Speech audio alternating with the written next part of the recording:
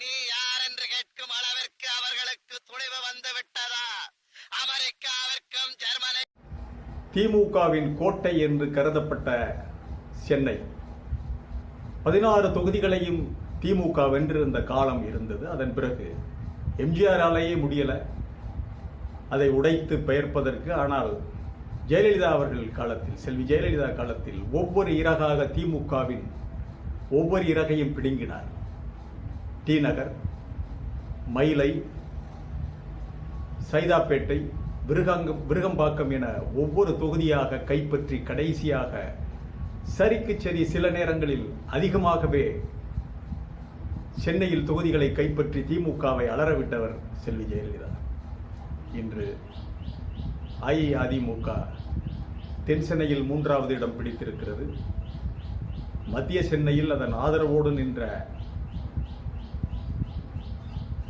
தேமுதிக 3வது இடம் பார்த்தசாரதி. இதற்கெல்லாம் காரணம் தென் சென்னையிலே மிகப்பெரிய ஆதரவு தளத்தை கொண்டிருக்கின்ற அதிமுக. எம்ஜிஆர் நகரே அங்கேதான் இருக்கு. பக்கத்தில் கலைஞர் நகர் இருந்தாலும் எம்ஜிஆர் நகர் தான் மிகப்பெரிய கிரவுட்.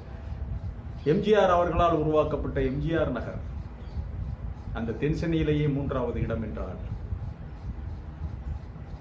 திரு ஜெயக்குமார் அவர்களுடைய பிடிவாதத்தால் இந்த தென் சென்னை பறிபோனதா என்றால் அந்த கேள்விக்கு தான் அஇஅதிமுக விடை தேட வேண்டும். வாங்க பார்க்கலாம். இது வாய்ஸ் ஆஃப் தமிழ் வழங்கும் பேச்சுரிமை சேனல். பேச்சுரிமை சேனலோடு இணைந்து பயணித்துக் கொண்டிருக்கின்ற நண்பர்கள் அனைவருக்கும் வணக்கம், வரவேற்கிறேன், வாழ்த்துகிறேன். தொடர்ந்து இணைந்திருங்கள். இது உங்களது சேனல். மறக்காம சப்ஸ்கிரைப் பண்ணிட்டு பெல் பட்டனை அழுத்துங்கள், கமெண்ட் செய்யுங்கள், ஷேர் செய்யுங்கள். அதாவது ஜெயக்குமார் அவர்களுடைய மகன், ஜெயக்குமார் என்றிருந்தா கூட பரவாயில்லைன்னு நினைக்கிறேன், ஜெயக்குமார் அவர்களுடைய மகன் திரு ஜெயவர்தன் ஒரு நியூ ப்ராடக்டா தான் வர்றாரு.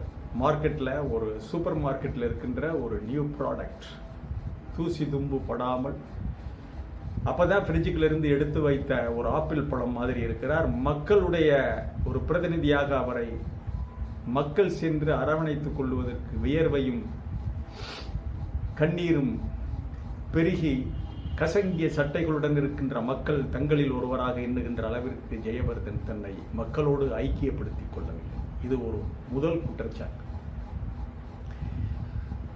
ஆகவே அவர் ஜெயவர்தன் அவர்களை வட சென்னை தொகுதிக்கு மாற்றிவிட்டு தென் சென்னை தொகுதியில் இன்னொரு வேட்பாளரை போட்டிருக்கலாம். அந்த வேட்பாளர் யாராக இருந்திருக்க வேண்டும் என்றால் தமிழ்நாடு வணிகர் சங்க பேரவையினுடைய தலைவர் திரு வெள்ளையன் அவர்களுடைய இடத்திலிருந்து, அவங்கள்ட்ட இருந்து ஒருத்தரை எடுத்து போட்டுருக்கலாம்.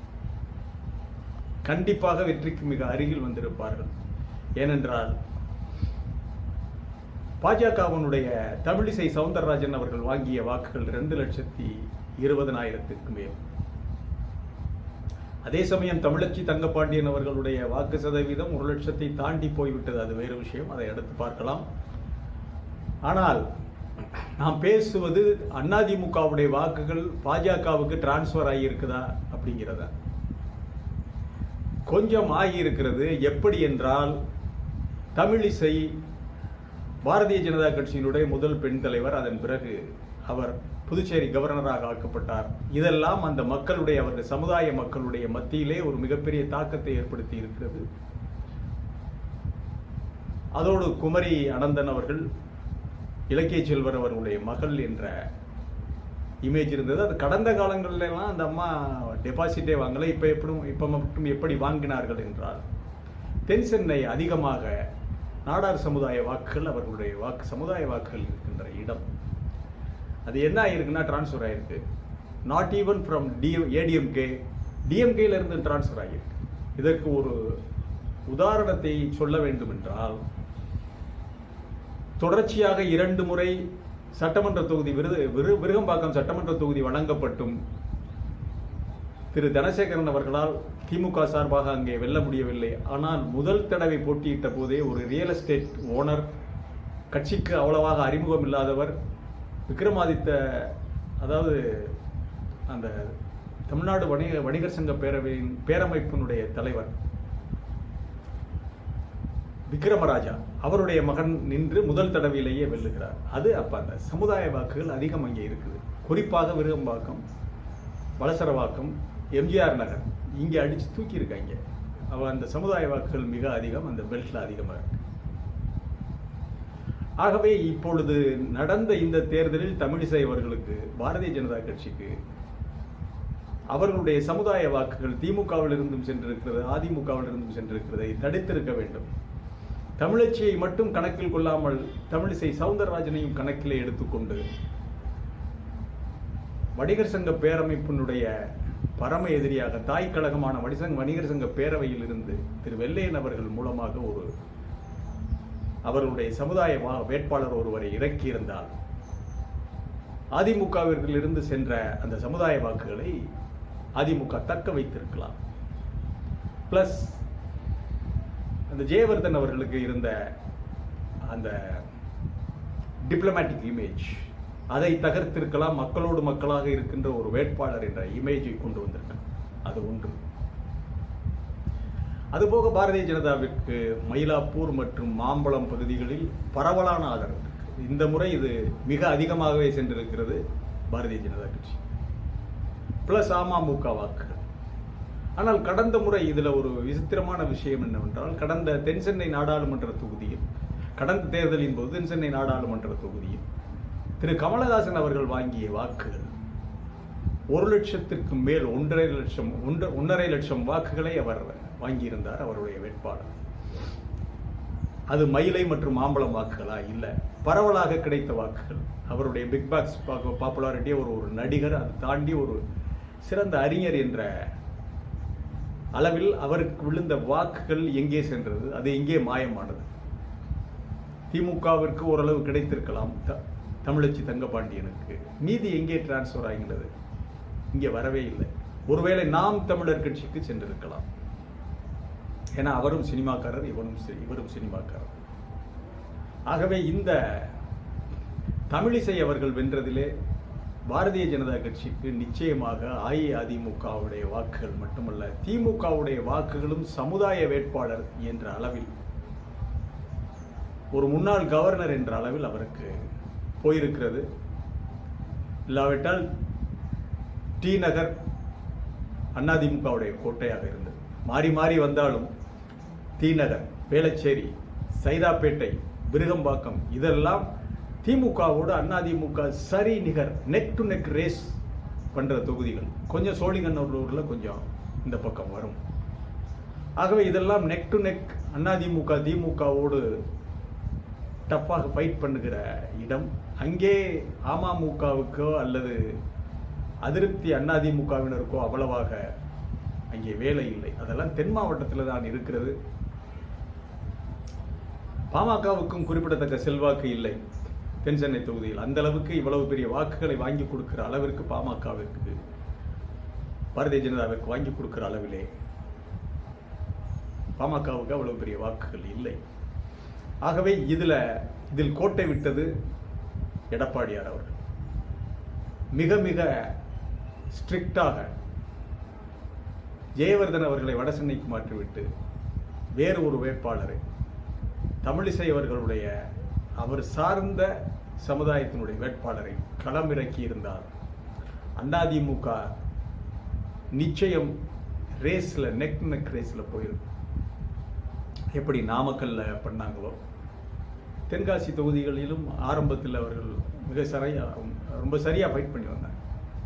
இந்த மாதிரி வேட்பாளர் தேர்வில் குளறுபடி செய்து சரியாக வேட்பாளர்களை தேர்வு செய்யாமல் விட்டது அதிமுகவுக்கு ஒரு டிராபேக். 2, அதிமுகவுடைய பணப்புழக்கம் கட்டுப்படுத்தப்பட்டு விட்டது, மிரட்டப்பட்டது. அவங்களால செலவழிக்க முடியல.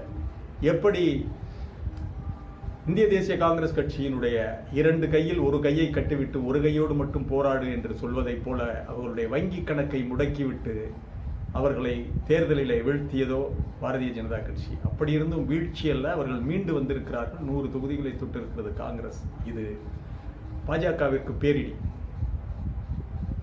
ஆகவே இந்த வங்கி கணக்குகளை முடக்கியதைப் போல அதிமுகவுடைய பண பரிவர்த்தனைகளையும் தீவிரமாக கண்காணித்து பல்வேறு அரசு எந்திரங்களை முடக்கி விட்டது அதிமுகவுடைய வங்கி கணக்கில் எல்லாத்தையுமே முடக்கிட்டாங்க. இப்ப இவங்கெல்லாம் வெறுங்கையோடு நிற்கிறாங்க. ஈவன் திமுகவிற்கு ஒரு நல்ல ஒரு வாய்ப்பு என்னன்னா, மோடிக்கு எதிரான அலையை அவர்கள் சரியாக பயன்படுத்தி கொண்டார்கள். பிளஸ் சிறுபான்மையின மக்கள் அவர்கள் பணத்தை அவங்க எதிர்பார்க்கல. அவங்க ஆளுங்கட்சி, அதனால ஏதோ ஒரு வகையில் செலவுக்கு பணம் இதெல்லாம் கொண்டு செல்லக்கூடிய அளவில் இருந்தது. ஆனால் பாரதிய ஜனதா கட்சி பணம் நன்றாக செலவழித்தார். அவர்கள் மட்டும் தங்களுடைய பணப்பைகளை திறந்து வைத்து பரிமாறினார்கள். அதிலே ஒரு உதாரணம் தான் தாம்பரத்திலே பிடிபட்ட நயினார் நாகேந்திரனுக்கு சென்ற அந்த 4 கோடி ரூபாய். இந்த 4 கோடி ரூபாய் பிடிபட்டது என்ன? பாரதிய ஜனதா கட்சி தேர்தலிலே சரளமாக பணத்தால் விளையாடி இருக்கிறது என்றுதான் பொருள். அது மட்டுமல்ல, அவர்கள் முன்னதாகவே சிறு அரசியல்வாதிகளை அதிமுகவிலிருந்து வாய்ப்பு கிடைக்காத இந்த ஒரு 10-20 பழைய எம்பிக்களை தூக்கிட்டு போய் அப்படியே டெல்லியில வச்சு சேர்த்தாங்கல்ல, பாரதிய ஜனதாவில் சேர்ந்தது போல அந்த கொங்கு மண்டலத்திலிருந்து பழைய 10 எம்பிக்களை தூக்கி கொண்டு போனது போல அங்கே சிறு குழுக்களாக அதிமுகவில் சரியாக வாய்ப்பு கிடைக்காதவர்கள் ஓபிஎஸ்ஸிலும் என்னத்தை அப்படின்னு சொல்லி அப்படி இருந்த சிறு குழுக்களை எல்லாம் பணம் கொடுத்து பர்ச்சேஸ் பண்ணி அவங்க இப்ப வச்சிருக்காங்க. ஆகவே இதெல்லாம் ஒரு காரணம்.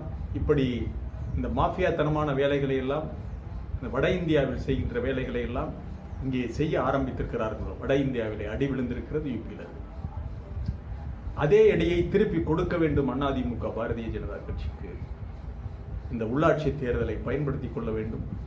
அஇஅதிமுக தவறுகளை செய்யக்கூடாது. மிகச் சரியாக கூட்டணி கட்சிகளை அரவணைத்து இழந்ததை மீட்டு விடலாம். உள்ளாட்சி தேர்தலில் மீண்டும் சரிக்கு சரியாக ஒரு போட்டியை தமிழகத்திலே திமுகவுக்கு கொடுக்கலாம், ஏற்படுத்தலாம் அதிமுக. இதுதான் தென் சென்னை நாடாளுமன்ற தொகுதியினுடைய ஒரு ரிப்போர்ட். மீண்டும் ஒரு காணொலியிலே சந்திக்கிறேன். இது வாய்ஸ் ஆஃப் தமிழ் வழங்கும் பேச்சுரிமை சேனல். மறக்காம சப்ஸ்கிரைப் பண்ணிட்டு பெல் பட்டன் அழுத்துங்க. நன்றி.